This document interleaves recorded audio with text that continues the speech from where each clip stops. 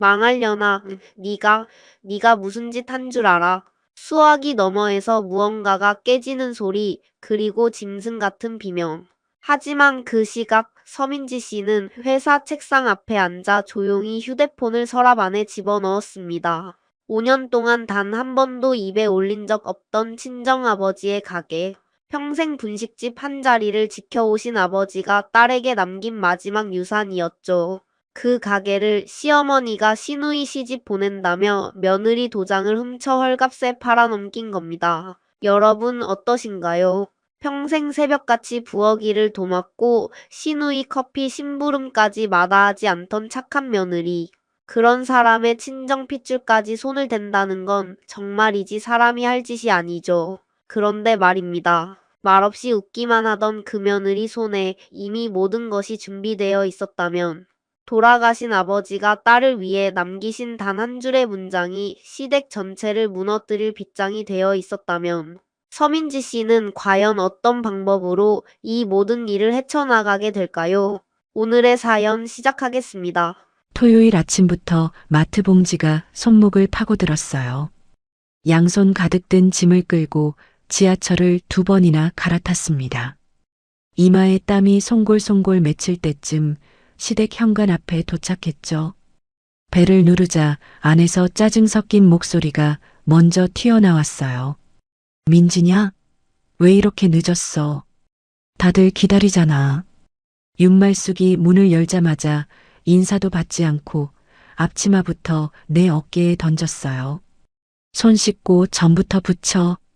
기름 다 식어가. 네, 어머님. 죄송해요. 짐이 무거워서요. 거실 소파에 앉아 휴대폰만 들여다보던 강도연이 흘끗 고개를 들었습니다. 왔어? 짐 좀 받아줄까? 됐어. 이미 다 들고 들어왔는데. 강도연은 새벽같이 차를 몰고 본가에 먼저 와버린 사람이었어요. 부엌으로 들어서자 시누이 강수연이 식탁에 다리를 꼬고 앉아 커피를 홀짝이고 있었죠. 언니, 오느라 힘들었지? 나는 엄마가 하도 빨리 오라고 해서 그냥 택시 탔어. 응, 수연 씨. 잘 왔어요. 기름 두른 팬 위에 호박전을 올리는데 등 뒤로 윤말숙의 목소리가 점점 커지기 시작했어요. 우리 수연이 시댁될 집안이 사업하는 집안이야. 거기다 대고 우리가 초라하게 보내면 어디 가서 명함도 못 내밀어. 엄마, 그러니까 내 말이. 친구들 결혼하는 거 보니까 다들 서울 안쪽 30평대는 기본이더라. 강수연이 의자에 비스듬히 기댄 채 손톱을 만지작거렸어요. 30평대면 한참 안쪽이지. 요즘 그 정도는 해줘야 시댁에서 기 안 죽고 산다더라. 윤말숙이 호응하는 목소리에 자랑이 잔뜩 묻어났습니다. 전을 뒤집는 손끝이 살짝 떨렸어요. 5억이 넘는 집을 농담처럼 입에 올리는 사람들이 한 식탁에 둘러앉아 있었거든요. 점심상이 차려지고 모두가 자리에 앉았을 때 윤말숙이 젓가락 끝으로 김치를 집으며 슬쩍 말꼬리를 늘렸어요. 근데 도연아, 너 결혼할 때 그랬지? 민진의 친정에 가게 하나 있다고. 순간 숟가락을 쥔 손이 굳어버렸습니다. 작은 거 하나 있다고 들었지. 강도연이 머뭇거리며 김칫국물에 시선을 떨궜어요. 작은 거든 큰 거든 가게가 어디야. 월세 나오는 자리잖아. 거기 좀 어떻게 안 되겠냐? 어머님, 그건 친정아버지 자리예요. 지금 다른 분이 장사하고 계시고요. 내가 조용히 말을 끊자 윤말숙의 눈썹이 한쪽만 위로 올라갔어요. 민지야, 누가 뭐 뺏는다고 했냐? 그냥 얘기지. 한 식구 사이에 그런 말도 못하면 어디 가서 말하라고. 엄마, 됐어. 식사부터 하자. 강도연이 가운데 끼어들었지만 목소리에 힘이 하나도 실리지 않았어요. 설거지를 시작했을 때 거실에서 두 사람의 소곤거림이 다시 들려왔습니다. 도연아, 너 진짜 모르는 거야? 거기 시세가 어느 정도래? 엄마, 나도 잘 몰라. 민지가 그런 얘기 잘 안 해. 답답한 놈아. 명색이 남편이면서 그것도 모르고 있어? 수돗물 소리에 묻히도록 일부러 그릇 부딪히는 소리를 크게 냈어요. 손은 그릇을 닦는데 가슴 한쪽이 자꾸 욱신거렸죠. 집으로 돌아오는 차 안은 한참 동안 침묵이었어요. 신호에 걸릴 때마다 강도연이 운전대를 손가락으로 톡톡 두드렸습니다. 민지야, 엄마가 요즘 수연이 일로 신경이 많이 쓰이시는 것 같아. 그런 것 같더라. 엄마가 좀 그러셔도 내가 이해해줘. 아빠 일찍 가시고 우리 키우느라 고생 많이 하셨잖아. 응. 창밖으로 시선을 돌렸어요. 가로등 불빛이 차창에 길게 늘어지면서 자꾸 흐려졌습니다. 같은 말을 두 번째 듣는데도 강도연은 내 표정 한번 살피지 않았어요. 집에 도착하자마자 곧장 침실로 들어갔습니다. 옷장 가장 안쪽 겨울 이불 사이에 손을 깊이 넣었어요. 손끝에 단단한 봉투 한 장이 잡혔습니다. 침대 끝에 걸터 앉아 봉투를 천천히 열었어요. 아버지의 유언장 사본, 가게 등기부등본, 그리고 김 사장님 부부와 정식으로 맺어둔 임대차 계약서. 종이 한 장 한 장을 손바닥으로 평평하게 펴봤어요. 아버지 손글씨가 종이 모서리에 작게 남아있더군요. 민지야, 이 자리는 내가 30년 지킨 자리다. 함부로 내주지 마라. 손끝이 그 글씨 위에서 한참을 머물렀어요. 거실에서 강도연이 텔레비전을 켜는 소리가 들려왔습니다. 뉴스 소리에 섞여 어머니 어쩌고 하는 통화 소리가 흘러나왔죠. 휴대폰을 들어 큰이모에게 문자 한 줄을 보냈어요. 큰이모, 잘 지내시죠? 다음 주에 한번 뵐게요. 곧바로 답장이 왔습니다. 언제든지 와라. 별일 없지? 답을 쓰려다가 손을 멈췄어요. 별일 없다고 쓰면 거짓말이 될 것 같아서요. 서류 봉투를 다시 옷장 가장 깊은 자리에 밀어 넣었습니다. 겨울 이불을 두 겹으로 덮어 그 위를 꾹꾹 눌렀어요.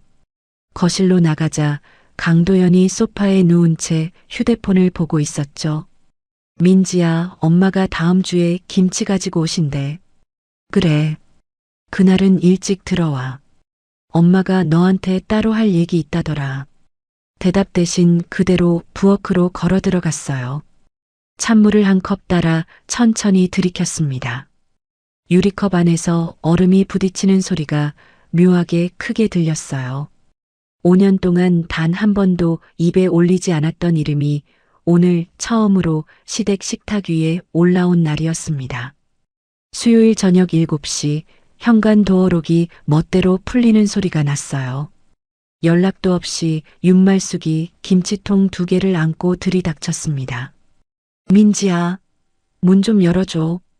손이 모자라서. 어머님 오셨어요. 연락 좀 주시지 그러셨어요. 한 식구끼리 무슨 연락이야. 시어머니가 며느리 집 오는데. 윤말숙은 신발을 아무렇게나 벗어 던지고 곧장 부엌으로 향했어요. 김치통을 식탁에 쾅 내려놓는 소리에 손이 움찔했죠. 곧이어 강도연이 어느새 어머니 뒤를 따라 들어왔어요. 회사에서 바로 본가에 들렀다 같이 온 모양이었습니다. 민지 나왔어. 어머니가 저녁같이 먹고 싶다셔서. 알겠어. 저녁 차릴게. 된장찌개를 데우고 밑반찬을 꺼내는 동안 윤말숙은 소파에 자리를 잡았어요. 다리를 꼬고 앉아 거실을 천천히 둘러보더군요. 집 좀 좁다. 둘이 사는데도 답답하지 않냐? 그럭저럭 지낼만 해요, 어머님. 밥상을 차리고 자리에 앉자 윤말숙이 숟가락도 들기 전에 본론을 꺼냈어요. 민지야, 너 친정에 가게 하나 있다며? 숟가락을 잡으려던 손이 그대로 멈췄습니다. 네. 아버지가 운영하시던 작은 가게요. 작은 가게 좋지. 그게 어디 동네야? 시세가 얼마나 한데? 어머님. 왜? 한 식구끼리 그런 것도 못 물어봐? 윤말숙의 입꼬리가 살짝 올라가는데 눈은 전혀 웃고 있지 않았어요. 수연이 결혼 날짜 잡혔잖아. 신혼집 마련이 발등에 떨어진 불이야. 네. 내 가게 그거 정리하면 얼마나 빠지냐? 어차피 너 혼자 관리하기도 골치 아프지 않냐? 된장찌개 위에 떠있던 두부가 김에 가려 흐릿하게 보였어요. 깊게 한번 숨을 들이쉬었습니다. 어머님, 그 가게는 지금 김 사장님 부부가 장사하고 계세요. 세입자야 비우라면 비우는 거지. 임대차 계약이 2년 더 남아 있어요. 그리고 아버지가 생전에 걸어두신 빚 정리할 게 좀 남아서 그거 함부로 정리할 수 있는 자리가 아니에요. 무슨 빚? 근저당이라고 아버지가 거래자금 때문에 걸어두신 거요. 그게 아직 깨끗하게 풀리지 않았어요. 윤말숙이 콧방귀를 뀌었어요. 아, 그런 건 부동산이 다 알아서 해주는 거야. 너는 그냥 도장만 찍으면 돼. 어머님, 목소리가 처음으로 살짝 올라갔습니다. 옆에 앉은 강도연의 얼굴이 곤란하게 일그러졌어요. 민지야, 좀. 어머니 말씀 다 들어보고. 도연 씨도 알잖아. 그 자리는 아버지가 평생 일하신 곳이라는 거. 알지. 아는데 어머니 말씀처럼 너 혼자 관리하기 힘들면 정리하는 것도 방법이고. 숟가락을 식탁에 내려놓았어요. 5년이라는 시간이 식탁 위에서 한꺼번에 무너져 내리는 기분이었습니다. 윤말숙이 가방을 뒤적여 꼬깃 탄 명함 한 장을 식탁에 올려놓았어요. 이거 우리 동네 부동산 사장 명함이야. 내가 미리 얘기 다 해놨어. 매물 문의도 넣어뒀고. 뭐라고요? 왜? 어차피 팔 거 미리 알아본 게 뭐가 어때서. 어머님, 저는 그 가게 팔 생각 없어요. 민지 너. 윤말숙이 식탁을 손바닥으로 탁 쳤어요. 된장찌개 그릇이 흔들리면서 국물이 살짝 튀었습니다. 한 식구끼리 그깟 가게 하나가 대수냐? 시집와서 5년 동안 시댁에 보탬 한 번 안 준 며느리가 이럴 때 도와주는 게 도리 아니냐? 보탬 한 번 안 줬다고요? 그럼 줬어? 명절 때 김치 좀 담그러 온 거 말고 너 시댁에 뭐 해줬는데? 손끝이 찌릿하게 저려왔어요. 5년 동안 새벽 5시에 일어나 전을 부치던 손이었습니다. 수연 씨 커피 심부름까지 마다하지 않던 손이었어요. 민지야, 좀 적당히 해. 강도연이 가운데 끼어들었지만 끼어든 방향이 내가 아니었습니다.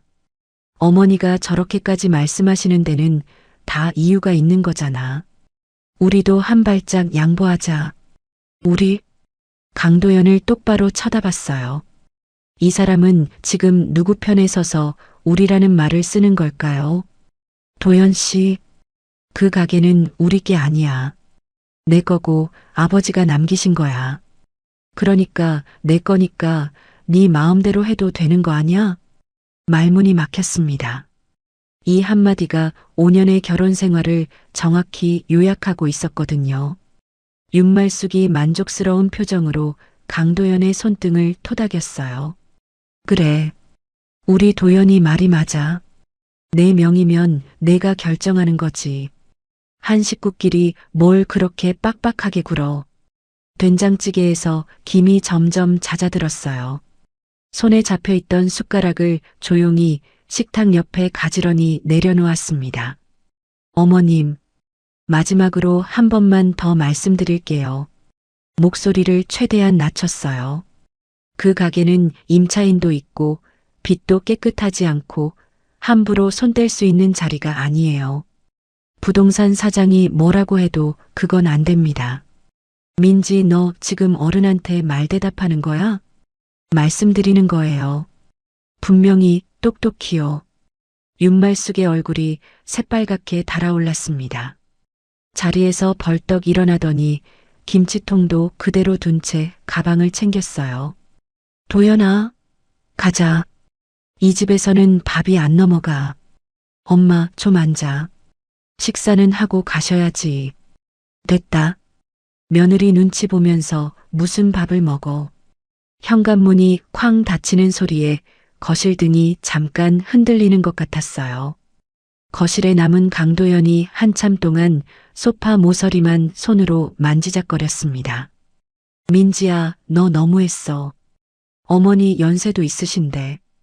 도연 씨, 오늘 일은 진짜로 큰일 날 수 있어. 어머니 좀 말려줘. 엄마가 알아서 잘하실 거야. 너무 그러지 마. 대답 대신 식탁에 놓인 부동산 사장 명함을 천천히 집어들었어요. 침실로 들어가 휴대폰을 들고 큰이모에게 전화를 걸었습니다. 큰이모저예요. 민지야? 목소리가 왜 그러니?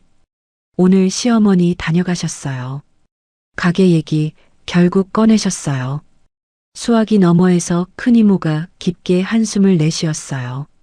민지야, 내 아빠가 돌아가시기 전에 그 가게에 무슨 안전장치 걸어뒀다고 했었는데 너 그 서류 따로 챙겨둔 거 있지? 손에 쥔 명함이 구겨졌습니다. 토요일 아침 9시 주민센터 셔터가 막 올라갔어요. 신분증을 챙겨든 채 곧장 박 법무사 사무실로 향했습니다. 낡은 간판 아래로 들어서자 박 법무사가 안경을 축혀 올리며 자리에서 일어났어요. 민지 왔구나. 큰이모한테 어젯밤에 전화 받았다. 법무사님, 아버지가 뭘 맡겨두셨다고요? 앉아라. 차 한 잔 따라줄게. 박 법무사가 책상 뒤 캐비닛을 열더니 누렇게 바랜 서류철 하나를 꺼냈어요. 표지에 아버지 손글씨로 민지 앞이라고 적혀 있었습니다. 손끝이 미세하게 떨렸어요. 너희 아버지가 돌아가시기 2달 전쯤에 직접 들고 오셨다. 혹시 모르니까 따로 보관해 달라고. 뭐가 들어있는데요? 한번 펴봐라. 서류철을 천천히 열었습니다. 가장 위에는 가게 등기권리증 원본, 그 아래로 빚 관련 서류, 김 사장님 부부와 맺은 5년짜리 임대차 계약서 원본까지 가지런히 정리돼 있었어요. 그리고 맨 아래 아버지 글씨로 빼곡한 종이 한 장이 더 끼워져 있었습니다. 이 건물은 민지의 단독 명의이며 누구의 동의나 위임 없이는 처분할 수 없다. 서정훈. 공증 도장이 빨갛게 찍혀 있었어요. 종이 위에 손바닥을 올렸는데 한참 동안 손을 떼지 못했습니다. 아버지가 이걸 왜요? 왜긴 왜냐? 너 시집 보내놓고 마음이 안 놓이셨던 거지. 박 법무사가 안경을 벗어 닦으며 말을 이었어요. 민지야, 내가 결혼하고 1년쯤 됐을 때 아버지가 나한테 그러시더라. 우리 민지가 시댁에서 좀 눌려 사는 것 같다고. 아버지가요? 펴내고 사실 뿐 아니잖냐. 그래도 다 보고 계셨던 거야. 혹시라도 누가 내 의사 없이 이 자리를 함부로 손 때려 들면 그때 너를 지킬 수 있도록 미리 장치를 걸어두자고 하셨다. 콧날이 시큰해졌어요. 서류철을 가슴 쪽으로 한번 끌어안았다가 다시 책상 위에 내려놓았습니다. 법무사님, 이거 다 제가 가져가도 돼요? 내 거니까 가져가야지. 대신 사본은 여기 사무실에 따로 보관해 두마. 무슨 일 생기면 바로 연락해라. 사무실 문을 나서면서 곧바로 김 사장님께 전화를 걸었어요. 3번 만에 익숙한 목소리가 받아주셨습니다. 민지 씨? 어쩐 일이야, 주말 아침부터. 사장님, 안녕하세요. 가게 별일 없으시죠? 수화기 너머에서 김 사장님이 잠깐 말을 멈췄어요. 민지 씨, 그렇잖아도 내가 전화하려고 했어. 왜요? 무슨 일 있으세요? 요즘 어떤 아주머니가 부동산 사장이랑 같이 자꾸 우리 가게 와서 기웃거려. 어제는 아내까지 들어와서 평수 재고 가던데 혹시 가게 파는 거야? 손에 쥐고 있던 휴대폰이 살짝 미끄러졌습니다. 사장님, 절대 그런 일 없어요. 혹시 또 누가 와서 뭐라고 하면 저한테 먼저 전화 주세요. 그 자리 비울 일 없습니다. 민지 씨 아버님이 우리한테 평생 자리 지켜주신 분인데 우리도 함부로 비울 사람 아니야. 걱정 마. 감사해요, 사장님. 정말요. 전화를 끊고 한참을 길가에 서 있었어요. 봄바람인데도 손끝이 차가웠습니다. 그날 저녁 강도연을 회사 근처 카페로 불러냈어요. 평소에 잘 가지 않는 조용한 자리를 일부러 골랐습니다. 민지야, 회사로 왜 부르고 그래? 무슨 일이야? 이거 좀 봐줘. 서류철을 테이블 위에 올려놓았어요. 강도연이 미간을 찌푸리며 한 장씩 넘기기 시작했습니다. 이게 뭔데? 아버지가 가게에 걸어두신 빚서류, 김 사장님이랑 정식으로 맺은 임대차, 계약서, 그리고 아버지가 직접 써두신 메모야. 메모? 마지막 장 봐줘. 도장도 따로 받아두신 거야. 강도연의 시선이 마지막 장에서 잠깐 멈췄어요. 이 건물은 민지의 단독 명의이며 누구의 동의나 위임 없이는 처분할 수 없다. 그래서 뭐? 도연 씨, 이 가게는 어머님 마음대로 정리할 수 있는 자리가 아니야. 임차인도 있고 빚도 깨끗하지 않아. 지금이라도 어머님 좀 말려줘. 서류를 덮은 강도연이 의자 등받이에 깊게 기댔습니다. 민지야, 그래도 이거 결국 내 명의잖아. 내 명의면 내가 마음만 먹으면 정리할 수 있는 거잖아. 안 그래? 테이블 아래에서 주먹이 천천히 쥐어졌어요. 도연 씨, 지금 그 말 진심이야? 진심이지. 어머니가 무리한 부탁하시는 것도 아니잖아. 수연이 결혼이 코앞인데 커피잔에서 김이 다 빠져나갔습니다. 이 사람이 이미 어떤 쪽에 서 있는지 더는 의심할 필요가 없었어요. 다음 주 토요일 오후 윤말숙이 강수연을 데리고 또 들이닥쳤어요. 민지야, 도장하고 신분증 좀 가져와 봐. 부동산 사장이 미리 사인할 거 있다고 그러더라. 어머님, 저는 그 가게 팔 생각 없다고 분명히 말씀드렸어요. 아유, 또 그 소리. 일단 들고 와보라니까. 안 됩니다, 어머님. 거실에서 한참 실랑이가 이어졌습니다. 윤말숙이 갑자기 배를 쓸어내리며 자리에서 일어났어요. 아이고, 속이. 화장실 좀 잠깐 쓸게. 너희 집 화장실 안방에 있는 게 좀 깨끗하지? 어머님, 거기 말고 거실 쪽 쓰세요. 안방계 변기가 편하더라. 잠깐인데 뭐. 대답할 새도 없이 윤말숙이 안방 쪽으로 사라졌어요. 강수연이 거실에 남아 휴대폰만 만지작거렸습니다. 언니, 엄마도 다 언니 걱정해서 그러는 거야. 너무 매정하게 굴지 마. 수연 씨, 차 한 잔 줄게요. 잠깐만요. 부엌에서 차를 우리는 동안 안방 쪽에서 서랍 여닫는 소리가 두어 번 들렸어요. 설마 하는 생각이 머릿속을 스쳤지만 차 쟁반을 들고 거실로 나가보니 윤말숙은 이미 소파에 다시 앉아 있었습니다. 어머님, 차 드세요. 됐다. 마음이 안 풀려서 차도 안 들어가. 수연아, 가자. 윤말숙이 평소답지 않게 빠르게 가방을 챙기고 일어났어요. 현관에서 신발을 신는 손이 어쩐지 분주해 보였습니다. 문이 닫히고 한참을 거실에 우두커니 서 있었어요. 뭔가 이상한 기분에 안방으로 들어가 화장대 서랍을 열어봤습니다. 도장함이 열려 있었어요. 빨간색 인주가 살짝 묻은 자국이 새로 나 있었고 그 옆 신분증 사본을 보관해 두던 자리도 비어 있었습니다. 손이 떨렸어요. 곧장 휴대폰을 들었습니다. 어머님, 혹시 제 인감 가져가셨어요? 아유, 내가 가지고 있어야 마음이 좀 놓여서. 잠깐 빌렸다. 며칠 안에 돌려줄게. 어머님, 그건 안 돼요. 지금 당장 돌려주세요. 민지야, 한 식구끼리 도장 하나 가지고 뭘 그래. 뚜뚜뚜. 수화기 너머에서 통화가 끊겼어요. 들고 있던 휴대폰을 그대로 침대에 던지고 박 법무사님 번호를 다급히 다시 눌렀습니다. 법무사님 어머님이 제 인감 신분증 사본 가져가셨어요. 만약에 진짜로 매매가 진행되면 어떻게 되는 거예요? 수화기 너머에서 짧은 침묵이 흘렀습니다. 민지야, 잘 들어라. 박 법무사의 목소리가 평소보다 한 톤 낮게 깔렸어요. 내 동의 없이 누가 도장 찍어서 매매를 진행했다 치자.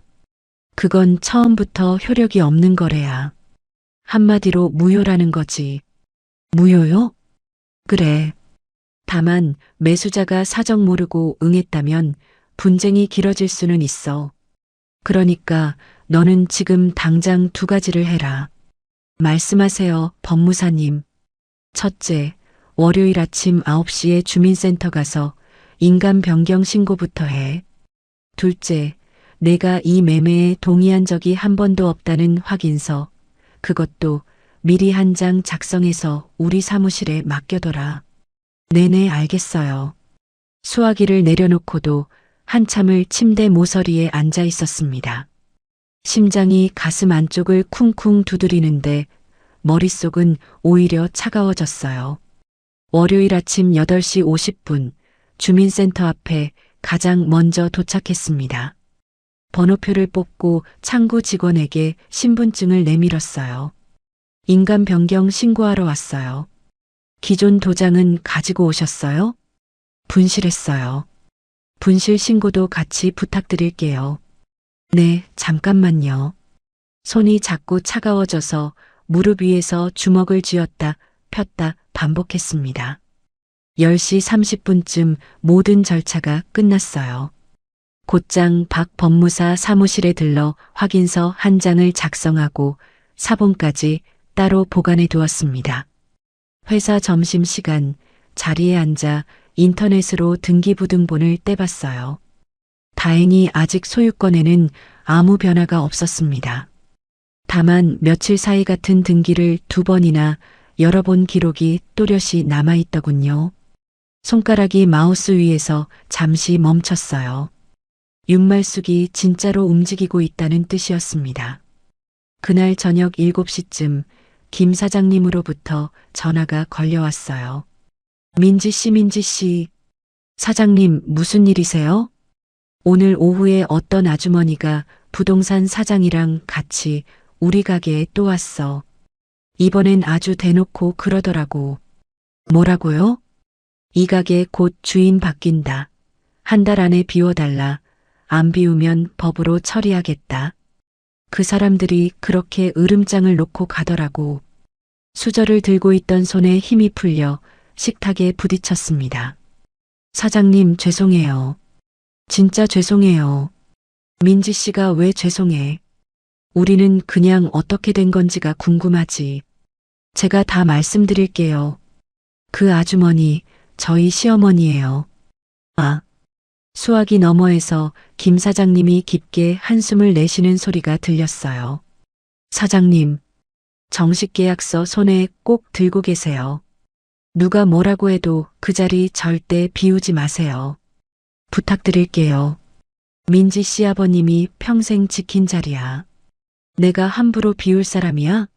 걱정 마. 전화를 끊고 강도연에게 곧바로 향했습니다. 거실 소파에서 휴대폰만 들여다보고 있었어요. 도연 씨, 어머니 좀 말려줘. 지금이라도. 또 그 얘기야? 오늘 김 사장님 가게에 어머니가 또 다녀가셨대. 한 달 안에 비우라고 하셨다고. 그래. 이 말밖에 안 나와? 강도연이 휴대폰을 내려놓고 한숨을 길게 내쉬었습니다. 민지야. 일이 이미 진행 중인 것 같은데 내가 무슨 수로 막아. 너도 그만 좀 해.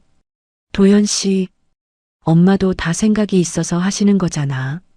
결혼 한 번뿐인데 수연이 잘 보내드리고 싶다는 게 그렇게 잘못이야?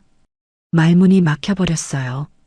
그 자리에 더 서 있다가는 손이 먼저 나갈 것 같아서 침실로 들어가 문을 잠갔습니다. 그 주 목요일 회사에서 점심을 먹고 있을 때였어요. 김 사장님으로부터 다시 전화가 왔습니다. 민지 씨, 큰일 났어. 그 사람들이 또 왔는데 이번엔 다른 영감님 한 분을 데리고 왔어. 어떤 분이요? 60대쯤 되어 보이는 양반인데 가게 안을 한참 둘러보고 가더라고. 부동산 사장이 그 양반한테 여기가 그 매물입니다 하고 설명하는 거 내 귀로 똑똑히 들었어. 숟가락을 내려놓고 자리에서 일어났어요. 회사 비상계단으로 나가서 통화를 이어갔습니다. 사장님, 그 부동산 사장 이름이나 가게 이름 혹시 기억하세요? 명함 한 장 슬쩍 들고 왔지. 내가 사진 찍어서 보내줄게. 전화를 끊자마자 박 법무사에게 곧장 다시 연락을 넣었어요. 법무사님, 매수자까지 나타났어요. 어떻게 해야 돼요? 민지야, 일단 침착해라. 매매계약서에 너 본인 위임장이 안 붙어 있으면 그건 처음부터 효력이 없는 거다. 어머님이 며느리 도장 들고 가서 대리인으로 사인했다고 해도 마찬가지야. 진짜요? 내가 30년 이 일했다. 절대 흔들리지 마라. 그날 밤 11시쯤 시누이 강수연에게서 자랑이 잔뜩 묻은 카카오톡 한 줄이 날아왔어요. 언니, 우리 엄마 진짜 능력자야. 신혼집 가계약 오늘 걸었어. 강남 쪽으로. 이어서 신혼집 사진 2장이 따라붙었습니다. 휴대폰을 든 손이 잠깐 멈췄다가 답장 없이 화면을 꺼버렸어요. 다음 날 금요일 오전 윤말숙이 동네 부동산 사장과 함께 매수자 영감님을 만났습니다. 그 자리에서 곧바로 매매계약서가 오갔어요. 시세 5억 5천만 원짜리 자리를 3억 9천만 원에 넘기는 헐값 거래였습니다. 윤말숙은 며느리 도장과 신분증 사본을 손에 들고 본인이 매도인 대리인이라며 도장을 찍었어요. 위임장 한 장 없는 자리에서요. 계약금 3,900만 원이 그 자리에서 윤말숙의 통장으로 들어왔습니다. 그 돈 중 1,200만 원이 그날 오후 시누이 예식장 계약금으로 빠져나갔어요. 이어 380만 원이 신혼여행 패키지 예약금으로, 그리고 나머지는 강남 신혼집 가계약금 일부로 자리를 잡았습니다. 그 모든 흐름을 나는 한참 뒤에야 알게 되었어요. 계약 다음 날 토요일 아침 윤말숙이 강수연을 데리고 직접 김 사장님 가게로 쳐들어갔습니다. 사장님, 이 가게 이제 내가 정리한 자리야. 한 달 안에 비워줘야 돼요. 아주머니, 저는 며느리분이랑 정식으로 계약 맺고 들어온 사람입니다. 며느리고 뭐고 결정권자는 시어머니 나야. 한 달 안에 안 비우면 우리도 법으로 처리할 거니까 그렇게 알아. 김 사장님 부부가 그날 저녁 떨리는 목소리로 다시 전화를 주셨어요. 민지 씨 우리 어떡해. 손님들 다 보는 데서 그 난리를 치고 가더라고. 사장님, 죄송해요. 정말 죄송해요. 며칠만 더 견뎌주세요. 제가 다 정리할게요. 매매계약 일주일 뒤 매수자 측 영감님이 잔금 준비를 시작했어요. 법무사 사무실에서 등기부등본과 토지 이용 계획 확인원을 한 번 더 점검하다가 결정적인 사실 2가지를 발견했습니다. 첫째, 가게 건물에 아직 정리되지 않은 친정아버지 명의의 빚이 그대로 걸려 있었어요. 둘째, 5년짜리 임대차 계약이 정식으로 등록돼 있었고요. 그리고 셋째, 매도인 본인의 정식 위임장이 계약서에 한 장도 첨부돼 있지 않았습니다. 같은 시각 윤말숙은 강수영과 함께 강남 신혼집 매물을 한 번 더 둘러보고 있었어요. 엘리베이터 안에서 윤말숙이 만족스러운 웃음을 짓고 있을 때 휴대폰이 요란하게 울렸습니다. 여보세요? 누구슈? 사모님, 매수자 측 법무사 사무실인데요. 큰일 났습니다. 매도인 본인 위임장이 없으면 이 매매, 이대로 못 갑니다. 엘리베이터 안에서 윤말숙의 얼굴이 천천히 굳어가기 시작했어요. 엘리베이터 문이 1층에서 열리는데도 윤말숙은 발을 떼지 못했어요. 수화기에서 법무사 목소리가 또 한 번 다급하게 흘러나왔습니다. 사모님, 듣고 계세요? 위임장 한 장이 없어서 이거 그대로는 절대 못 갑니다. 아니, 그게 무슨 소리야? 우리 며느리 명의 건물인데 한 식구끼리 도장 하나가 뭐가 문제냐고. 사모님, 한 식구가 문제가 아니라요. 본인이 아닌 사람이 매도하려면 정식 위임장이 있어야 하는데 그게 한 장도 없잖아요. 매수자 측에서 변호사 자문 들어갔답니다. 이거 곧 정식으로 통보 갑니다. 사모님. 전화가 끊겼어요. 엘리베이터 옆에 서 있던 강수연이 어머니 얼굴을 살피며 물었습니다. 엄마, 누구야? 왜 그래? 아무것도 아니다. 엄마 얼굴이 새파래졌어. 진짜 무슨 일이야?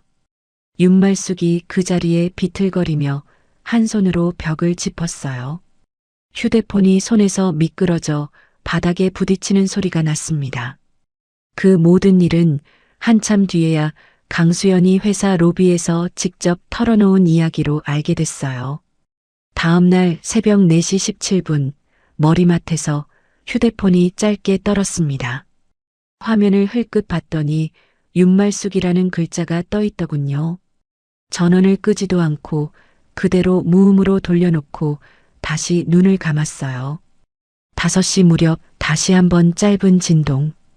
5시 23분에 또 한 번. 5분 간격으로 끊임없이 화면이 깜빡였습니다. 6시 30분에 일어나 휴대폰을 확인했을 때 부재중 전화 11통이 줄을 서 있었어요. 음성 메시지도 하나 들어와 있었습니다. 윤말숙의 목소리가 갈라져 흘러나왔어요. 민지야, 너 지금 전화 받아라. 큰일 났다. 큰일 났어. 답신 대신 휴대폰을 식탁 위에 엎어두고 평소처럼 아침을 준비했습니다. 토스트를 굽고 커피를 내리고 우유를 잔에 따랐어요. 옆방에서 강도연이 막 잠에서 깬 듯한 목소리로 물었습니다. 민지야, 휴대폰 왜 자꾸 울려? 무슨 일이야? 어머님이야. 무슨 일인데 새벽부터? 몰라. 도연 씨가 받아들여. 야, 너 진짜. 강도연이 부스스한 머리를 긁으며 거실로 나왔어요. 휴대폰 화면을 잠깐 들여다보더니 결국 자기 휴대폰으로 어머니에게 전화를 걸었습니다. 수화기 너머에서 윤말숙의 비명이 거실 끝까지 새어나왔어요. 도연아, 너 어디야? 큰일 났다. 매수자 쪽에서 우리 사기쳤다고 변호사 보낸다고 한다. 뭐? 엄마, 진정하고 천천히 말해봐. 천천히 말할 시간이 어딨어. 너 빨리 와. 빨리. 전화를 끄는 강도연이 천천히 나를 돌아봤습니다. 민지야, 너 알고 있었어? 뭘? 엄마가 그 가게 진짜로 계약 진행한 거 알고 있었어. 분명히 말렸잖아. 도연 씨도 안 들었고 어머님도 안 들으셨고. 강도연이 자리에 그대로 주저앉았어요. 토스트가 토스터 안에서 새카맣게 타들어가는 냄새가 거실까지 퍼졌습니다. 지하철역으로 가는 동안 부재중 전화는 34통이 됐어요. 음성 메시지함도 빨갛게 가득 차 있었습니다. 윤말숙의 갈라진 목소리가 같은 말을 반복하고 있었어요. 민지야, 받아라. 민지, 어디야? 빨리 받아. 너 이거 안 받으면 죽을 줄 알아. 마지막 메시지에서는 욕설이 짧게 한번 섞여 들어왔어요. 이어폰을 꽂고 음악을 틀었습니다. 회사에 도착해서 자리에 앉은 지 30분쯤 됐을 때 1층 안내 데스크에서 내선 전화가 걸려왔어요. 서민지 대리님, 1층에 손님 오셨는데요. 여동생분이라고 하시는데 좀 흥분하셔서요. 아, 네. 잠시만요. 자리에서 일어나지 않고 그대로 모니터를 들여다봤습니다. 20분 뒤에 다시 안내 데스크에서 전화가 왔어요. 대리님, 손님이 계속 기다리시는데요. 어떻게 할까요? 죄송한데 5분만 더 부탁드릴게요. 회의 마무리하고 내려가겠습니다. 회의는 없었어요. 다만 강수연을 1층에서 마주하기 전에 한 번 더 숨을 고르고 싶었을 뿐입니다. 10시 23분 회사 옆 카페로 강수연을 데려갔어요. 자리에 앉자마자 강수연의 눈이 빨갛게 차올랐습니다. 언니, 어떻게 좀 해줘. 우리 엄마 진짜 큰일 났어.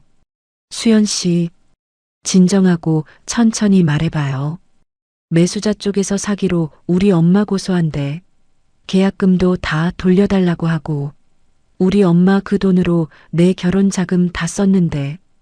테이블 위에 놓인 따뜻한 라떼에서 김이 천천히 올라왔어요. 찻잔을 두 손으로 감싸며 차분히 입을 열었습니다. 수연 씨, 내가 어머님께 분명히 말씀드렸어요. 그 가게는 함부로 정리할 수 있는 자리가 아니라고. 그래도 언니 한 식구잖아. 수연 씨도 그 자리에 같이 있었잖아요. 어머님 말씀하실 때 옆에서 거들기까지 하셨고, 언니, 수연 씨가 신혼집 30평대 해달라고 어머님 졸랐을 때 나는 식탁에서 다 들었어요. 강수연의 입술이 잘게 떨리기 시작했어요. 그래도 언니 가족이잖아. 가족이 이러면 안 되는 거잖아. 수연 씨, 가족이라는 말 그쪽에서 먼저 쓸 자격이 있어요? 말을 끝내고 자리에서 일어났습니다. 라떼는 한 모금도 입에 대지 않은 채 그대로 두고 나왔어요. 오후 1시 7분 휴대폰 화면에 부재중 전화 99통이 정확히 찍혔습니다. 마지막에 도착한 음성 메시지 한 통을 처음으로 열어봤어요. 수화기 너머에서 윤말숙의 비명이 터져 나왔습니다. 망하려나? 네가 무슨 짓 한 줄 알아? 뒷배경에서 무언가가 깨지는 소리가 함께 섞여 들어왔습니다. 이어 흐느낌 같기도 하고 비명 같기도 한 윤말숙의 숨소리가 한참 이어졌어요. 이어폰을 빼고 휴대폰을 그대로 책상 서랍 안에 집어넣었습니다. 오후 4시 12분 회사 1층 로비로 다시 호출이 왔어요. 이번에는 강도연이었습니다. 엘리베이터에서 내리자마자 강도연이 곧장 다가왔어요. 얼굴이 하얗게 질려 있었습니다. 민지야 어머니 응급실이야. 혈압이 너무 올라서 오후 2시쯤 쓰러지셨어. 지금 병원이야. 언제부터 그러셨어? 오늘 오전부터 너한테 계속 전화 거시다가 너 끝까지 안 받으니까. 강도연이 말끝을 흐렸어요. 가만히 강도연의 얼굴을 올려다봤습니다. 평소에는 무던하게만 보이던 눈썹 끝이 미세하게 떨리고 있었어요. 도연 씨, 내가 그날 분명히 말렸어. 도연 씨도 어머님도 내 말 한마디 안 들으셨잖아. 민지야, 오늘 일은 어머님이 만든 일이야. 내가 만든 일이 아니야. 강도연이 입술을 깨물었습니다. 말을 더 잇지 못한 채 그대로 회사 정문 쪽으로 발길을 돌렸어요. 그날 저녁 7시 28분 퇴근길 지하철 안에서 휴대폰 전원을 다시 켰습니다. 화면이 천천히 밝아지자 알림이 끝도 없이 쏟아져 내렸어요. 윤말숙 99통, 강수연 27통, 강도연 19통, 그리고 모르는 번호 하나가 8통. 마지막 번호의 발신인 이름을 잠깐 들여다봤습니다. 수연 예비 시어머니. 손가락이 화면 위에서 잠깐 멈췄다가 천천히 전원 버튼을 길게 눌렀어요. 화면이 까맣게 꺼졌습니다. 휴대폰을 가방 가장 깊은 안주머니에 밀어넣고 그대로 차창에 머리를 기댔어요. 다음 날 오전 9시 47분 윤말숙의 휴대폰으로 짧은 문자 한 통이 도착했어요. 수연 예비 시어머니로부터 온 메시지였습니다. 병원 침상에 누워있던 윤말숙이 떨리는 손으로 화면을 열었어요. 문자 내용은 짧고 차가웠습니다. 사돈, 더는 이 혼사를 진행할 수 없습니다. 예식장 계약금 1,200만 원과 신혼여행 예약금 380만 원, 그리고 보내드린 예단비 일부 반환을 정식으로 요청드립니다. 윤말숙의 손에서 휴대폰이 또 한 번 미끄러졌습니다. 그 옆에 앉아있던 강수연이 화면을 들여다보더니 자리에서 벌떡 일어났어요. 엄마, 이게 무슨 소리야? 파혼이라고? 수연아, 진정해라. 엄마가 어떻게든 뭐, 엄마 어떻게 할 건데? 시어머니 될 사람이 직접 문자로 파혼 통보하잖아. 같은 날 오후 2시 무렵 우리 집 우편함에 두툼한 봉투 한 장이 꽂혀 있었어요. 발신인은 매수자 측 변호사 사무실이었습니다. 봉투를 들고 거실로 들어와 식탁 위에 올려놓았어요. 가위로 봉투 윗단을 천천히 잘랐습니다. 안에는 정식 통보문 한 장이 들어 있었어요. 내용은 간결했습니다. 매도인 본인의 정식 위임 없이 진행된 매매는 처음부터 효력이 없으며 이미 받은 계약금 3,900만 원의 즉시 반환과 그동안 들어간 비용 약 600만 원, 그리고 정신적 피해에 대한 합의금까지 정식으로 요청한다는 글이었습니다. 7일 이내에 응하지 않으면 법으로 처리하겠다는 마지막 한 줄이 굵게 박혀 있었어요. 종이 한 장을 한참 동안 들여다봤습니다. 봉투째 다시 접어 박 법무사가 미리 보내주신 자료들 옆에 가지런히 끼워두었어요. 응급실에서 사흘을 보낸 윤말숙이 퇴원 다음 날 오후 4시쯤 우리 집 초인종을 눌렀습니다. 도어록 화면을 보지 않고도 누군지 알 수 있었어요.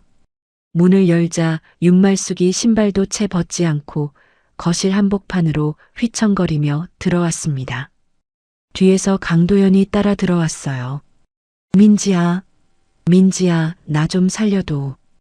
윤말숙이 그대로 거실 바닥에 주저앉아 두 손으로 얼굴을 가렸습니다. 어머님, 우선 일어나세요. 신발부터 벗으시고요. 못 일어나? 내가 무슨 면목으로 일어나겠냐? 강도연이 어색하게 어머니 옆에 쪼그려 앉았어요. 민지야, 어떻게 좀 좋은 쪽으로 풀어보면 안 될까?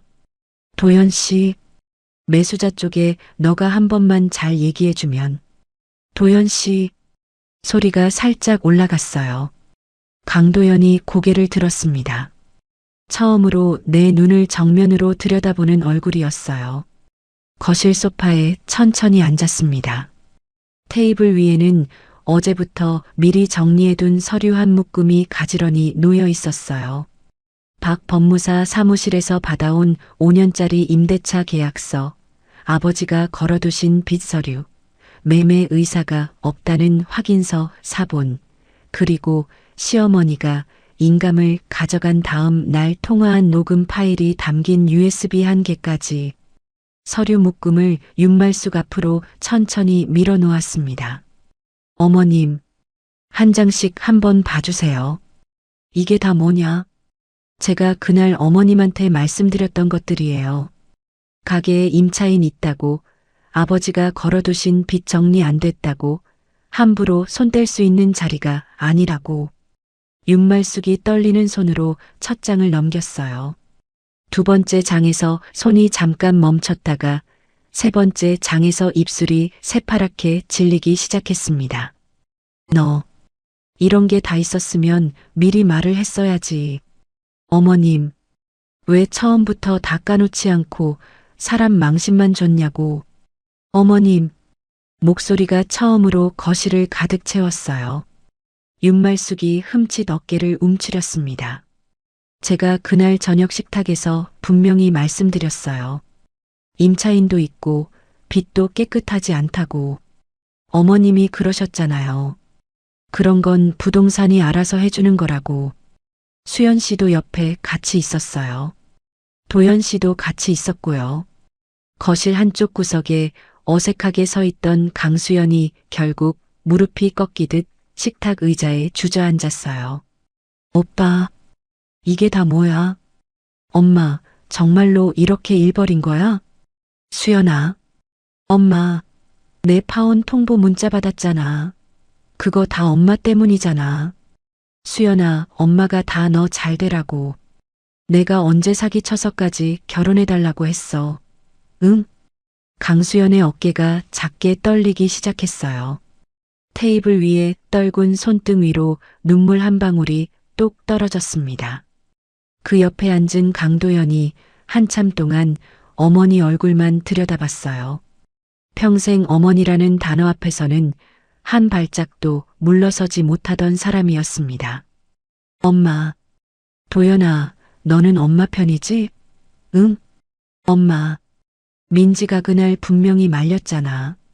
뭐? 민지가 분명히 말렸잖아, 엄마. 왜 그렇게까지 하셨어? 윤말숙의 입이 천천히 벌어졌습니다. 평생 아들 입에서 한 번도 나온 적 없는 말이었어요. 저녁 8시쯤 현관 도어록이 울렸습니다. 큰 이모가 한 손에 짐가방을 든 채 서 있었어요. 민지야, 이모 왔다. 큰 이모. 큰 이모가 신발을 가지런히 벗고 거실로 들어섰어요. 소파에 주저앉아 있던 윤말숙을 보고는 한참 동안 말없이 서 있었습니다. 사부인, 큰 이모님 오셨어요. 내가 몇 마디만 합시다. 큰 이모가 거실 한가운데 자리를 잡고 앉았어요. 우리 민지가 시집간 지 5년이지요? 예.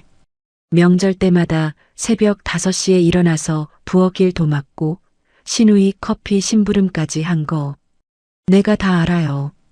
친정 큰 이모한테 한 번이라도 시댁 흉본 적 있는 줄 알아요? 한 번도 없어요. 한 번도. 윤말숙이 고개를 떨궜습니다. 우리 민지가 입 다물고 산 5년이 사부인한테는 그렇게 만만했나 보지요. 그건 며느리니까 당연한 거 아닙니까? 사부인. 큰 이모의 목소리가 처음으로 올라갔어요. 당연한 거란 말 입에 올리지 마세요. 당연한 거 받아 쓰다가 결국 며느리 도장까지 손대지 않았어요. 윤말숙의 어깨가 잘게 떨리기 시작했습니다. 새벽 0시가 넘어가도록 윤말숙은 그 자리에 그대로 앉아 있었어요. 결국 두 손을 바닥에 짚고 무릎을 꿇었습니다. 민지야, 내가 잘못했다. 매수자 쪽에 한 번만 잘 얘기해서 이거 좀 무마해줘. 응? 어머님, 내가 한마디만 해주면 될 거 아니냐. 너 명이니까. 가만히 고개를 저었습니다. 어머님, 이건 제가 해결해 드릴 수 있는 일이 아니에요. 어머님이 직접 책임지셔야 해요. 민지야, 제가 그 자리에서 분명히 경고했어요. 어머님은 그 경고를 무시하셨고요. 윤말숙의 입에서 더는 말이 나오지 않았어요. 새벽 1시 38분, 윤말숙과 강수연이 떠난 거실에는 강도연 혼자 남아 있었습니다. 식탁 위에 미리 준비해둔 종이 한 장을 천천히 그 앞으로 밀어 놓았어요. 협의이혼 의사확인 신청서 초안이었습니다. 그 옆에는 윤말숙이 무단으로 사용한 인감과 매매 강행에 대한 정식 통보문 사본 한 부가 가지런히 함께 놓여 있었어요. 강도연이 종이 위로 천천히 시선을 떨궜습니다. 말은 한마디도 하지 않았어요. 그 주 토요일 오후 2시 거실에 의자 7개를 빙 둘러 놓았어요. 식탁에서 꺼낸 의자 4개와 침실에서 들고 나온 의자 2개, 그리고 베란다 가니 의자 하나까지 합쳐 자리를 만들었습니다. 가장 먼저 도착한 사람은 박 법무사였어요. 서류 가방을 들고 현관에 들어선 박 법무사가 내 어깨를 가볍게 두드렸습니다. 민지야, 마음 단단히 먹고 있지? 네, 법무사님. 와주셔서 감사해요. 이어서 큰 이모가 손에 떡 한 상자를 들고 들어왔어요. 민지야, 이거 너 어릴 때 좋아하던 거. 끝나고 다 같이 먹자. 3시가 되기 전 강도연이 윤말숙과 강수연을 데리고 도착했습니다. 윤말숙은 일주일 사이에 어깨가 한 뼘은 좁아진 것 같았어요. 강수연은 옅게 화장한 얼굴이었지만 눈밑이 푸르스름하게 가라앉아 있었습니다. 세 사람이 거실 안쪽 의자에 나란히 앉았어요. 박 법무사가 가장 먼저 입을 열었습니다. 사부인 도연군, 그리고 수연 양. 오늘 이 자리에는 변호사도 판사도 없습니다. 그냥 한 집안 어른들과 식구들끼리 그동안 무슨 일이 있었는지 한번 정리해보자고 모인 자리예요. 예. 윤말숙이 떨리는 목소리로 짧게 답했어요. 먼저 한 가지만 분명히 짚고 갑시다. 민지 명의의 그 가게는 사부인이 아무리 며느리 도장을 가지고 가셨다 해도 처음부터 끝까지 함부로 손댈 수 없는 자리였어요. 민지 아버님 살아생전에 저한테 직접 부탁하셨거든요. 혹시라도 누가 우리 민지 의사 무시하고 그 자리 손때려 들면 안에서 빗장 한 번 더 걸어달라고. 박 법무사가 가방에서 누렇게 바랜 종이 한 장을 꺼냈어요. 아버지의 친필 메모였습니다. 윤말숙이 고개를 들어 그 종이를 한참 들여다봤어요. 이 건물은 민지의 단독 명의이며 누구의 동의나 위임 없이는 처분할 수 없다. 박 법무사가 마지막 한 줄을 또박또박 읽어 마쳤습니다. 거실 안에 잠시 침묵이 흘렀어요. 큰 이모가 그 침묵을 천천히 깼습니다. 사부인, 우리 민지 시집 보내고 5년 동안 친정 식구입 한 번 안 열었어요. 명절 새벽 5시면 시댁 부엌에 혼자 서 있는 우리 조카, 내가 모를 것 같아요? 수연 양 커피 심부름까지 마다하지 않던 사람이에요. 우리 민지가. 강수연이 눈을 떨궜습니다.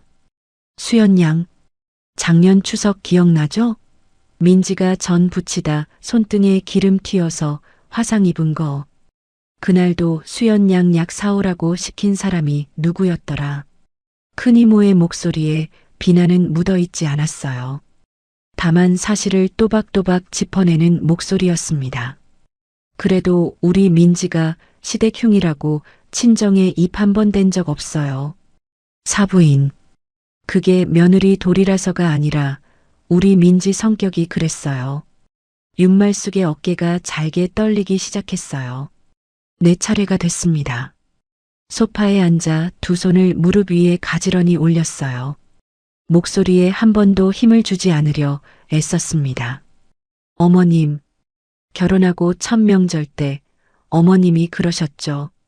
너는 친정도 거의 없으니까 시댁이 친정이다 생각하고 살아라. 그래, 그랬지. 그 말이 좋았어요. 어머니 일찍 여의고 아버지마저 보내고 나니까 사실은 그 말 한마디가 그렇게 따뜻하더라고요. 윤말숙이 천천히 고개를 들었어요. 그래서 5년 동안 어머님 한 번도 미워한 적 없어요. 명절 새벽도 수연 씨 심부름도 다 그냥 했어요. 민지야.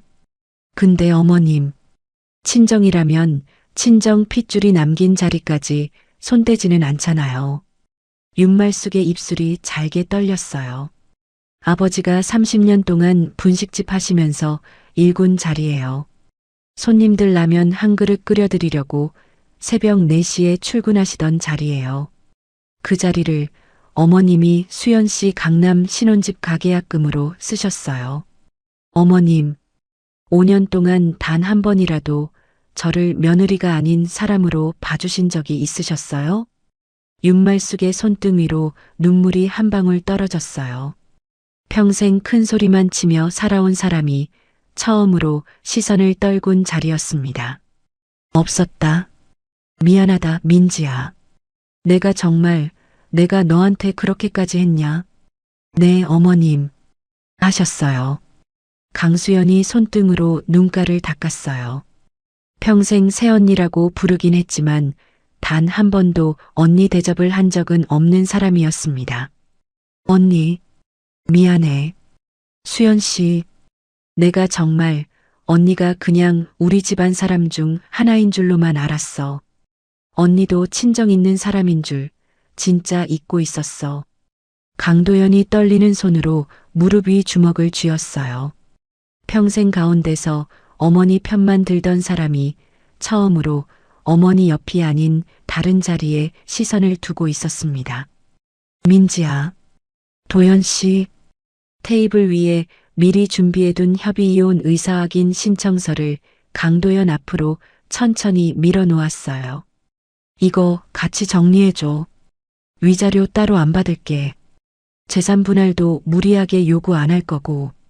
신혼집 전세 보증금 중에 내가 보탠 몫이랑 그동안 시댁 명절 생활비로 들어간 일부만 정리해줘.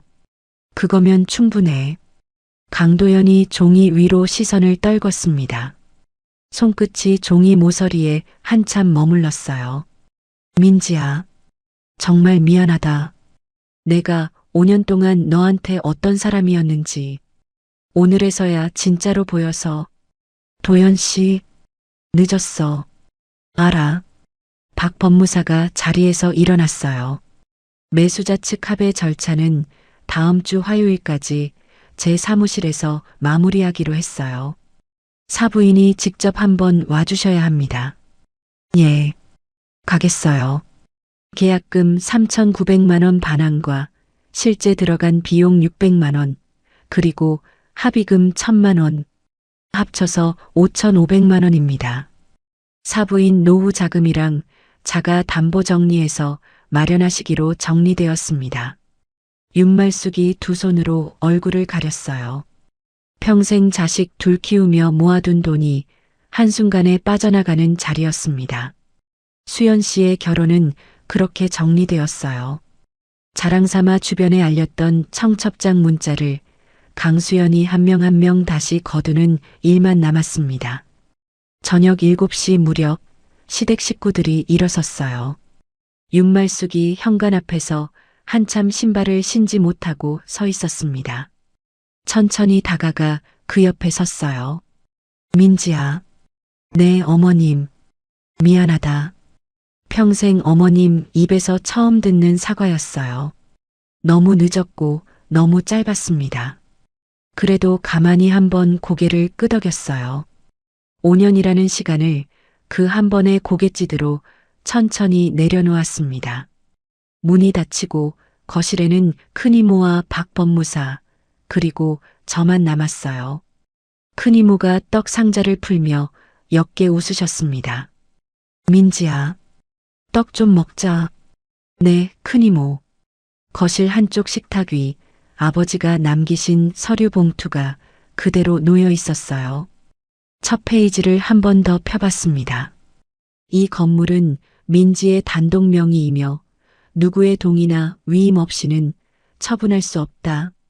아버지가 그 한 줄을 왜 그렇게 정성껏 적어두셨는지 그제야 온전히 알 것 같았어요. 협의 이혼은 법정 숙려기간 한 달을 거쳐 2달 만에 깔끔하게 정리됐어요. 마지막 가정법원 출석일이 잡힌 날 아침, 옷장 안쪽에 5년 동안 걸려있던 흰 블라우스를 꺼냈습니다. 결혼식 다음 날 신혼여행을 떠나면서 입었던 그 옷이었어요. 소매 끝 단추를 채우는데 손끝이 가만히 떨렸습니다. 법원 정문에서 강도연과 마주 섰어요. 민지야, 너 밥은 잘 챙겨 먹고? 응, 잘 챙겨 먹어. 그래, 다행이다. 도연 씨도 건강해. 서로의 시선이 잠깐 엇갈렸다가 같은 방향을 보지 않은 채 헤어졌습니다. 법원 계단을 내려오면서 한 번도 뒤를 돌아보지 않았어요. 봄볕이 어깨 위에 가만히 내려앉았습니다. 매수자 측과의 매매 계약은 정식으로 무효 처리됐어요. 가게 건물의 소유권은 처음부터 단 한 번도 내 손을 떠난 적이 없는 자리로 그대로 남았습니다. 박 법무사가 마지막 정리를 끝낸 날 사무실에서 차를 한 잔 따라주셨어요. 민지야, 아버님이 하늘에서 한숨 좀 놓으셨겠다. 법무사님, 정말 감사해요. 감사는 무슨, 내 아버님이 다 해두신 거지. 나는 종이 몇 장 정리해드린 것밖에 없어. 박 법무사가 안경을 벗어 한 번 닦으며 말을 이었습니다. 근데 민지야, 너는 정말 단단하게 잘 견뎠다. 아버님이 보셨으면 진짜 자랑스러워 하셨을 거야. 콧날이 시큰해졌어요.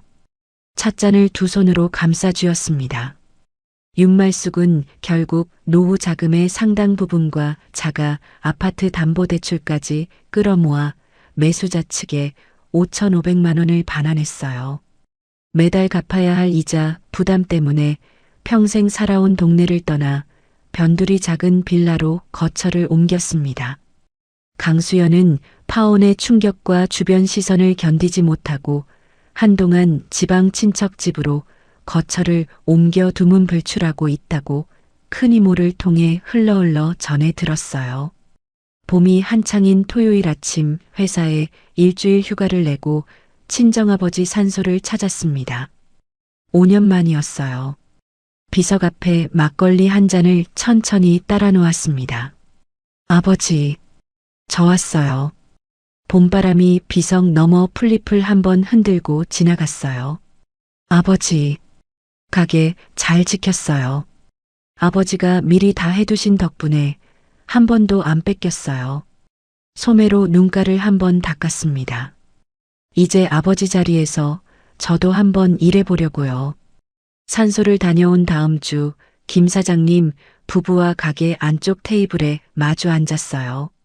사장님, 가게 한쪽에 작게 자투리 공간이 있잖아요. 그 자리 제가 주말마다 도시락 가게로 한번 써봐도 될까요? 민지 씨가 직접? 네. 평일에는 회사 다니고 주말에만요. 김 사장님 사모님이 두 손을 마주 잡으며 환하게 웃으셨어요. 민지 씨, 안 그래도 우리도 그 자리 어떻게 쓰면 좋을까 그러고 있었어. 너무 좋지, 우리야. 고맙습니다, 사모님. 고맙긴. 아버님 자리에서 딸이 같이 일한다는데 우리가 더 든든하지. 김 사장님이 옆에서 고개를 끄덕이셨어요. 민지 씨, 그러면 우리 가게 분식 메뉴랑 안 겹치게 도시락 쪽으로 한번 잘 잡아봐. 우리 손님들도 같이 좋아할 거야. 큰 이모는 처음 그 소식을 들었을 때 손을 마주 잡고 한참을 들여다보셨습니다. 민지야, 너 회사는 어쩌고 그러느냐? 큰 이모, 회사는 그대로 다닐 거예요. 주말에만 가게 나가서 손 좀 보탤 거고요. 몸 안 상하겠어? 안 상해요. 아버지가 30년 동안 하시던 일에 비하면 주말 이틀이 뭐예요. 큰 이모가 옅게 웃으시며 손등을 한번 토닥여 주셨어요. 가게를 새로 단장하던 4월 어느 오후였습니다. 페인트통을 들고 창가에 서 있는데 가게 앞에 익숙한 그림자 하나가 멈춰 섰어요. 민지야. 강도연이었습니다. 손에는 작은 화분 하나가 들려 있었어요. 도연 씨, 가게 연다고 들었어. 잘 지내라고 인사하러 잠깐 들렀어. 들어와. 아니, 됐어. 잠깐이면 돼. 강도연이 화분을 가게 입구 옆에 가만히 내려놓았습니다. 손바닥만 한 자그마한 산세베리아였어요. 잘 지내라, 민지야. 그동안 진짜 미안했어. 응. 도연 씨도 잘 지내. 강도연이 뒤로 한 발짝 물러섰어요. 마지막으로 가게 간판을 한번 올려다보더니 그대로 돌아서 걸어갔습니다. 손에 든 페인트 붓을 잠깐 내려놓고 화분을 두 손으로 들어 창가 가장 잘 보이는 자리에 옮겨두었어요. 며칠 뒤 우편함에 짧은 손편지 한 통이 도착했습니다. 발신인은 윤말숙이었어요. 봉투 안에는 정성껏 접은 편지 한 장과 흰 봉투에 따로 담긴 돈 30만 원이 들어 있었습니다. 편지 글씨는 평소보다 한층 작아져 있었어요. 민지야, 살아보니 내가 너한테 어떤 사람이었는지 이제야 보이더라. 잘잘못은 내가 다 안고 갈 테니 너는 너대로 잘 살아라. 그동안 시댁에 보탠 돈 적지만 우선 이만큼이라도 돌려보낸다. 사부인. 편지를 한참 들여다봤습니다. 미워한다는 마음도 용서한다는 마음도 그날 그 순간에는 들지 않았어요. 답장 대신 가게 한쪽 벽에 작은 액자 하나를 걸어두었습니다. 액자 안에는 아버지의 친필 한 줄이 정성스럽게 끼워져 있었어요. 이 건물은 민지의 단독 명의이며 누구의 동의나 위임 없이는 처분할 수 없다. 페인트가 다 마른 토요일 저녁 가게 개업식 자리를 작게 마련했습니다. 김 사장님 부부가 직접 끓인 떡볶이 한 솥을 식탁에 올려두셨어요. 큰 이모는 손수 만든 잡채를 들고 오셨고 박 법무사는 작은 케이크 하나를 들고 환하게 웃으며 들어오셨습니다. 오랜만에 연락이 닿은 고등학교 친구 2명도 가게 문을 밀고 들어왔어요. 민지야. 와, 진짜 가게 차렸네. 왔어? 들어와, 들어와. 민지 너 우리 학교 다닐 때 도시락 진짜 잘 쌌잖아. 그때부터 알아봤다니까. 친구들이 웃음소리를 가게 안쪽까지 채워주셨어요. 케이크 위에 작은 초 하나를 꽂았습니다. 박 법무사가 옆에서 라이터를 켜주셨어요. 민지야. 한마디 하고 불 꺼라. 법무사님 부끄럽게. 부끄럽긴. 5년 침묵 끝낸 사람이 무슨 부끄러움이야. 큰 이모가 옆에서 웃으셨습니다. 우리 민지가 오늘부터 진짜 사장님이지. 가게 안에 박수 소리가 잔잔하게 울렸어요. 촛불 앞에 두 손을 가만히 모았습니다. 마음속으로 한 줄을 또박또박 새겼어요. 서민지 32세. 오늘부터 다시 내 자리에서 시작. 천천히 숨을 들이마시고 촛불을 끝까지 불어 껐습니다. 가게 창밖으로 5년 만에 봄 저녁 햇살이 길게 들어와 바닥에 가만히 내려앉았어요. 여러분, 오늘 제 이야기 끝까지 들어주셔서 정말 고맙습니다. 5년이라는 시간 동안 저는 참 많이 침묵했어요. 며느리니까 한 식구니까 그렇게 한마디면 모든 무례가 당연한 도리로 둔갑하는 자리에 앉아 있었거든요. 그런데 말이에요. 조용히 지내온 그 시간이 결국 누군가에게는 제 친정 핏줄까지 손대도 된다는 신호로 읽히고 있더라고요. 지금 이 영상을 보고 계신 분들 중에도 시댁이든 처가든 혹은 직장이든 가족 안에서든 말 한마디 못하고 속으로만 사귀며 살아가시는 분들 분명 계실 거예요. 제가 한 가지만 꼭 전해드리고 싶어요. 내 자리를 지키는 일은 절대 이기적인 게 아닙니다. 내가 나를 먼저 지켜야 내가 사랑하는 사람들도 지킬 수 있더라고요. 아버지가 저한테 남겨주신 그 한 줄이 오늘의 저를 지켜준 것처럼 여러분의 자리도 여러분 손으로 충분히 지켜내실 수 있어요. 오늘도 묵묵히 하루를 견디고 계신 모든 분들 진심으로 응원합니다. 다음 사연에서 또 만나요. 오늘도 이야기 끝까지 들어주셔서 감사합니다. 구독과 댓글은 저에게 큰 힘이 됩니다. 그럼 오늘 하루도 좋은 하루 보내시길 바라겠습니다.